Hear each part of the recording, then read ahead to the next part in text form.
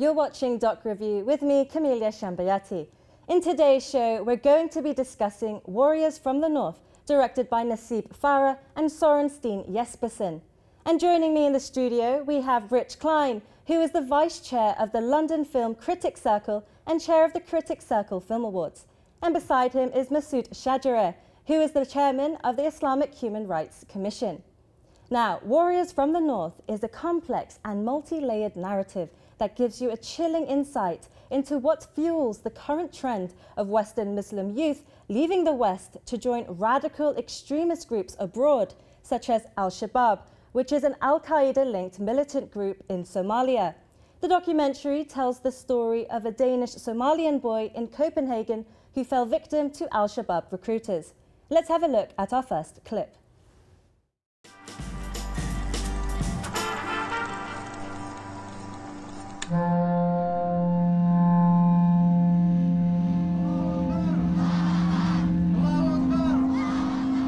We were young men in our early 20s. We missed action.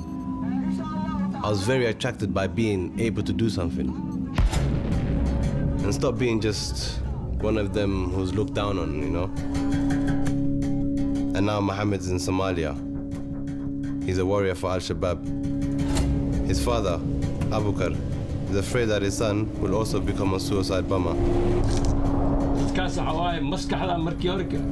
انت جوا مسكحتك بدلين سيدي وحقك وآذي حق مركي تجينا مسكحتك سي بدلين نحن شباب الذي الإرهابي. I specifically invite the youth to either fight in the West or join their brothers in the fronts of jihad. I joined Al-Shabab because I had nothing else to do or nothing left for it but to join. We were a true group. We felt that Al-Shabab showed us respect. I'd never experienced respect like that before. dadkii ku dhalayna meesha joogan waa ku baahan yihiin soo naqay ku dheen tapani mo intay mista ko ma dhulista ana nafteen raali mukunihi ina meesha iska jira sababta meeshaas ninkii iska jira si loo joogo iska dhiman karaa hadii la rabo waa iska dhiman karaa. This is Abdi, my friend from Copenhagen. He's standing right there in the front row. It could have been me, you know?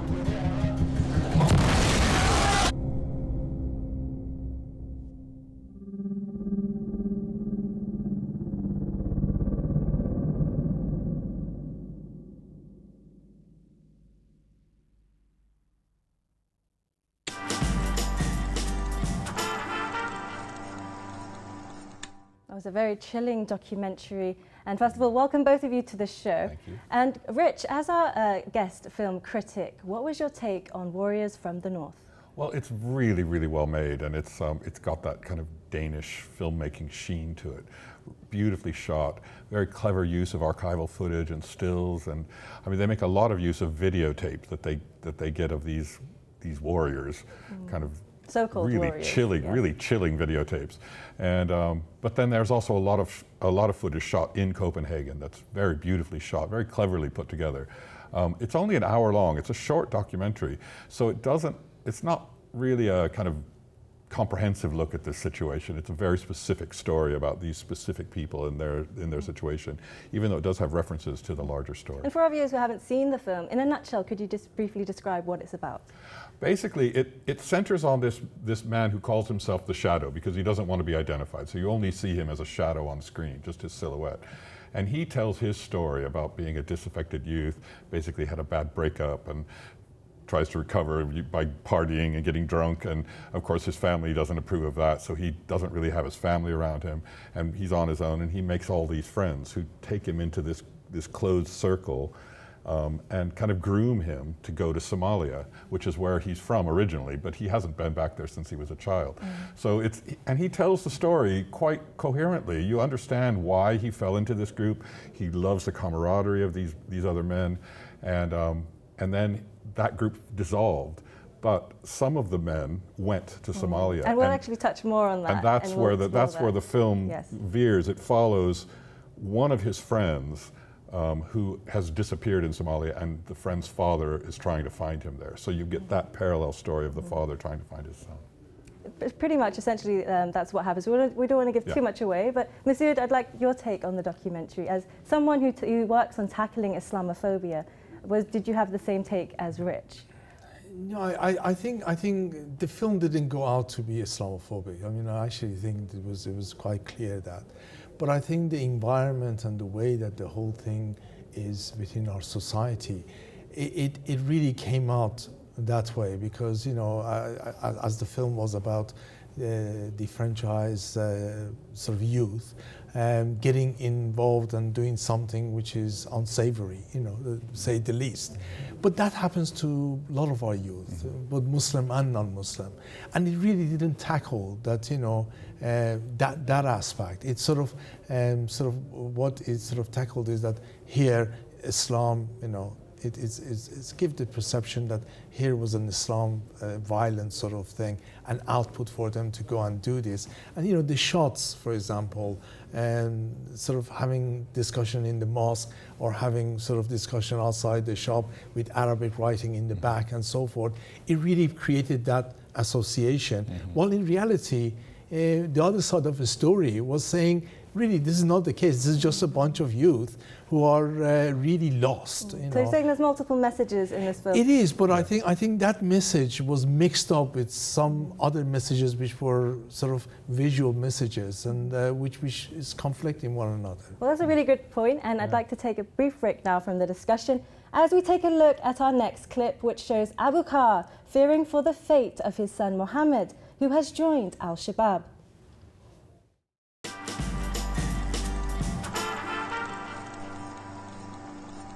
Hello. Hello.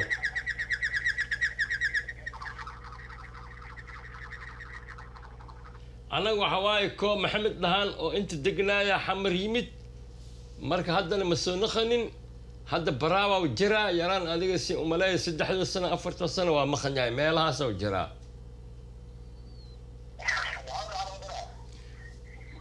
محمد وحال لها محمد أبو بكر محمد رير فقي واي ياركي واي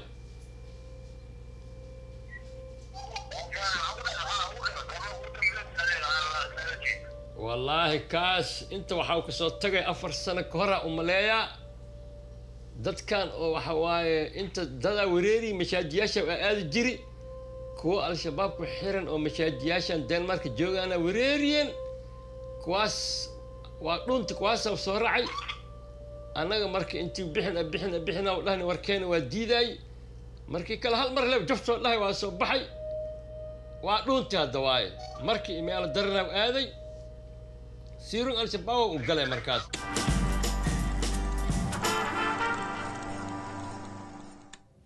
That was quite a heartbreaking scene in the documentary, and that was Abu Bakr, the father of Mohammed, who fled to Somalia. Rich, what did you make of this story and his struggle to bring back his son? It's quite a wrenching story because he's really worried about his son. He knows that the life of one of these kids who goes to Somalia tends to last about 1 or 2 years before they're involved in some sort of bombing, which is just horrible to think about, for a father to think about his son being taken off there. He doesn't understand why his son even fell into this group. Yeah, it's pretty wrenching. It's very intense. And also the Shadow, the other character, who was a good friend of Mohammed, so is talking about his friend who's just gone and he doesn't know what's happened to him. And I think one of the interesting points about this father figure, who probably represents the voice of all the parents struggling to bring back their children who are lost to extremist groups, is that the father is nothing like his son. And I think many people might be surprised to see that usually the idea is that the children become radicalized by their parents. But this isn't the case, is it, Masood? No, I think this is where I think the documentary failed. Although it was giving messages that strengthened that, but it failed to actually say that, you know, this conveyor belt sort of that is sort of usually talked by British government and other governments, that, you know, people start one side and then eventually they become radicalized at the end, which is being disputed by all academics and indeed by intelligence services, but it still is being pushed as a basis of our anti-terrorism sort of strategy. It's not factual, it's actually false. And, you know, this guy if anything, was quite a misguided group of people, very alienated, all of them. And out of boredom and alienation of where they were actually dragged into that, arena. And this was, it was a fact, but wasn't really strengthened. But this documentary surely, sorry to interrupt, but this documentary surely is about the personal stories of the individuals, not so much addressing the politics of the situation. No, but you see, it's very difficult not to, you know, because at the end of the day, that is what makes this very moving. And you know, for example, many of other youth in our society, they might not be Muslim, they might go and join a gang, and they actually end up going as much wrong as these guys gone. And that is or something. Or they get into a right-wing group that commits atrocities at home. Atrocities at home. I mean, this is, you know, is really a challenge for our society to, first of all, to understand this phenomena and then to address it if possible. And this is sort of did not actually breach that. Look, these youth, although they got involved in this thing, but they were no different to other youth in the society who gets misguided and out of boredom and out of nothing to do, of the fact that they're, you know, I mean, he was saying, they were saying that that was group of them coming together, it was a family for them.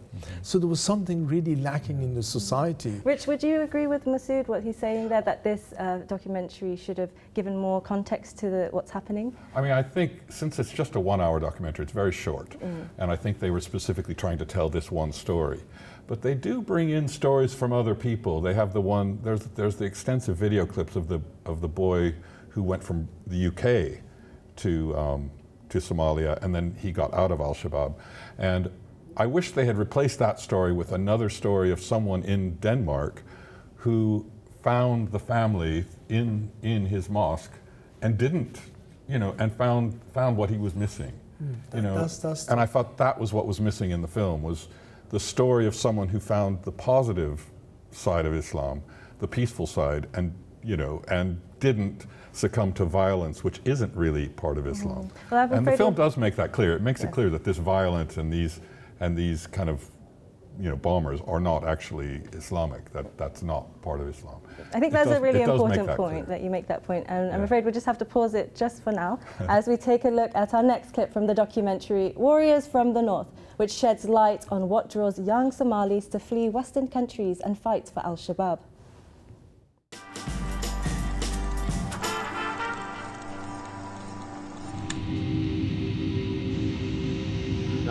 Look for the vulnerable young teenagers who have problems with their families, who have problems with the government, who have issues with police, who are an easy target for Al-Shabab because the person's mind is already corrupted and polluted. You know, in his own mind, he doesn't trust the police because the police are the ones that are locking him up and putting him in jail. He doesn't really trust his family because his family doesn't give him enough support. So what does he do? He becomes fooled like me. He joins Al-Shabab, ends up being killed himself.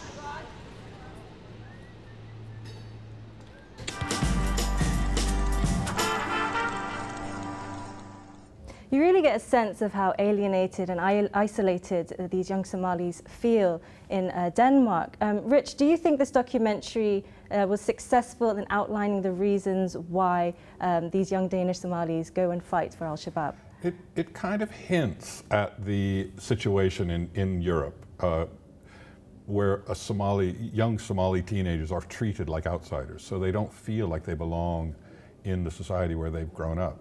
And these young men have grown up in Denmark, but they don't feel Danish.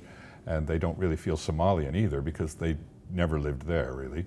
So they feel like they don't have any home. And it does really convey that idea. I don't know what, you know, what's the answer to that. We need to have more open societies that accept people. And maybe the trick is to target prejudice and these ideas that the general public have that marginalize groups of people. But that happens on every level of society, not just ethnically. And yeah, no, of course. I saw you nodding your head there, Masood. Would you agree with what Rich just said? Yes, I think, I mean, our society is much more complicated than one issue results in one thing. You know, it's not as simple as that. Alienation is one aspect, and the other aspect is that these are the youth who some of them came across the way that they were being interviewed. They were concerned about injustices around the world, and they wanted to do something about it, which is a very amicable feeling to have. But instead of that feeling being strengthened and supported in the right way of addressing those things, the only thing they could find was actually going and being recruited by these guys.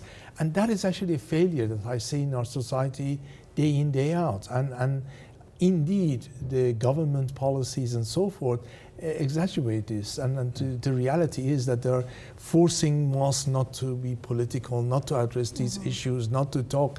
The elephant in the room is being ignored, and the reality is that these youth, and indeed the other youth, are not given the right tools to be, activists in the real sense for the right things, for the right reason, and with the right tools. And if you remove that from any youth, you're actually leaving open very negative aspect to sneak in, because youth want to do something, they want to be part of a solution, and I think we are failing them in that way. And the other aspect is that we are giving wrong messages as a society. We actually tell, through our policies overseas and things, we are actually giving a message that end justifies the means.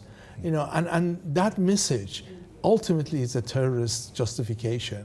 And if we give that message could be interpreted and used in other arenas, and people go towards these sort of extreme ways of addressing something which is very, very noble. And Rich, I get the sense from this documentary that the filmmakers are trying to, while not necessarily directly sympathize with the recruits, and at the same time they're condemning and showing how horrific their crimes are.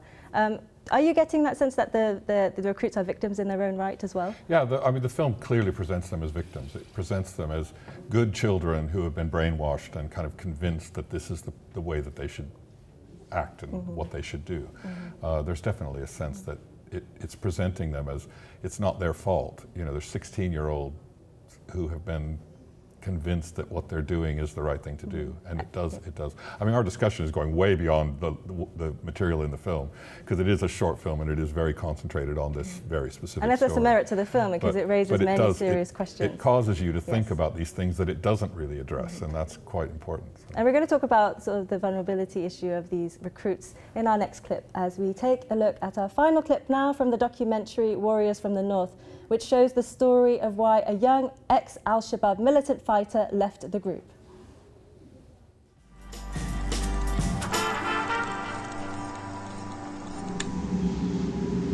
At one time, I was very seductive to doing this thing. I sort of believed in it for a moment, and I was ready at one time in my life.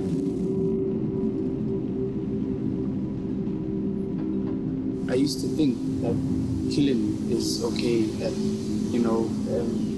wrapping yourself up with suicide bomb, exploding yourself in the midst of 10,000 people or something was okay. Until I got to a certain level, and I saw that it was wrong. Endless, non-stop killing for no reason. When I saw more civilians dying than actual soldiers here in Somalia, that's when I stopped being Al-Shabab.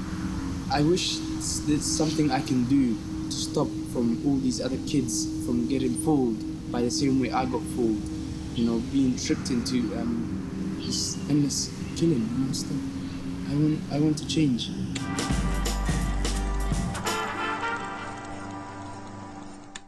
So it's Mohammed Ali Omar there in that clip, and he's in hiding in Somalia but wishes to return to Europe.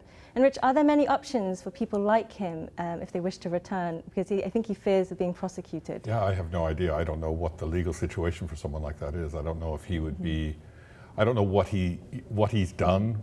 Has he done anything illegal? But in the film, does it show that path at all? Yeah, and it doesn't. The film doesn't really go into that. I found myself wishing that was a separate documentary about him, because I think his story is quite interesting and it's more hopeful because it does have a. Well, I mean, it's not finished yet because he is in hiding, but it's a fascinating story to me, and I think, I'm hoping some documentary filmmaker watches this and thinks, and goes and finds him and tells his story, and maybe helps him reintegrate into European society. And Nasib, following from that clip, How is it that young people, and you talked about it earlier, how this film doesn't explain why they're being tricked or how. Could you help explain why and how they're being tricked into mosques and joining in extremist groups?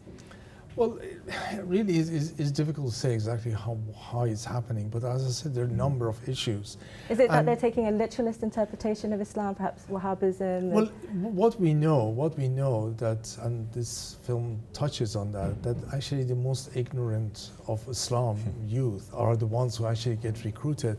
One recruit from Britain, he actually ordered Islam for dummies, just before going. So this is not something that is motivated by Islam, but unfortunately our way of combating it is all geared towards we got to find out this Islam and change it. And unfortunately, one thing which I really felt it was wrong in the film, it gives two alternatives. One for the youth to go and be a terrorist, and the other one was actually going to club. And the third option wasn't there. I mean, he didn't look at hundreds and thousands of youth who are Muslim, who are practicing Muslim, who are great contributors. And this stereotyping, unfortunately, is very damaging. I think also the reality is that, on one side, the end justifies mean policy, which West has been pursuing is the problem. And the other thing is actually we have got involved from the West with the Saudi regime in creating a new version of Islam for our political sort of needs in the Middle East region. And this has backfired. It backfired in Afghanistan, is backfiring now, is backfiring in Syria. And out of that it actually comes these sort of horrifying ideology of killing everyone, and which it's now interpreted that these are Muslims killing non-Muslims, but the reality is that groups like Daesh are killing more Muslims than non-Muslim, but they're killing everyone and justifying it by Islam, which was social engineered as a foreign policy with the help of our Saudi partners. Well, that's definitely way outside of the film, but thank you for the explanation. But I think the filmmakers in this documentary are saying it's easy to write off these groups of people, but I think they want to make viewers think that what role do the West play in radicalizing these individuals? Is that one of the messages, Rich? I think so, yeah. I think there is that message about why are these kids just left to fall through the cracks of their society? Why is their only option to either become radicalized or go out clubbing and getting drunk? Why are they left like that? It doesn't really examine that. It kind of raises the issue to think about, and I kind of wish it had. But then that's another film. So. And final thoughts for 30 seconds to you, Masood. Would you recommend that people see this film? I know it's only an hour long and it raises many questions, but as a starting point, perhaps. I do, but I say again, some of the visuals conflicted with the messages it was given. So, different people could watch it and come up with different things. I could imagine very clearly some Islamophobes and extreme right will see it, and it will be justification for all their visions. So it's open to interpretation, I guess. I'm not sure about that, because it does come out fairly strongly about how does. immoral the actions of these suicide bombings are. I'm sorry, gentlemen, we'll have to leave it there, but we could keep talking all day. And that's it for this episode of Doc Review. Thanks for tuning in. And make sure you follow us on Twitter and Facebook, where you can find us on @DocReviewShow. And do let us know your views on today's film, and you can even suggest a documentary that you would like us to review. I've been Camelia Shambayati, and see you on the next episode of Doc Review.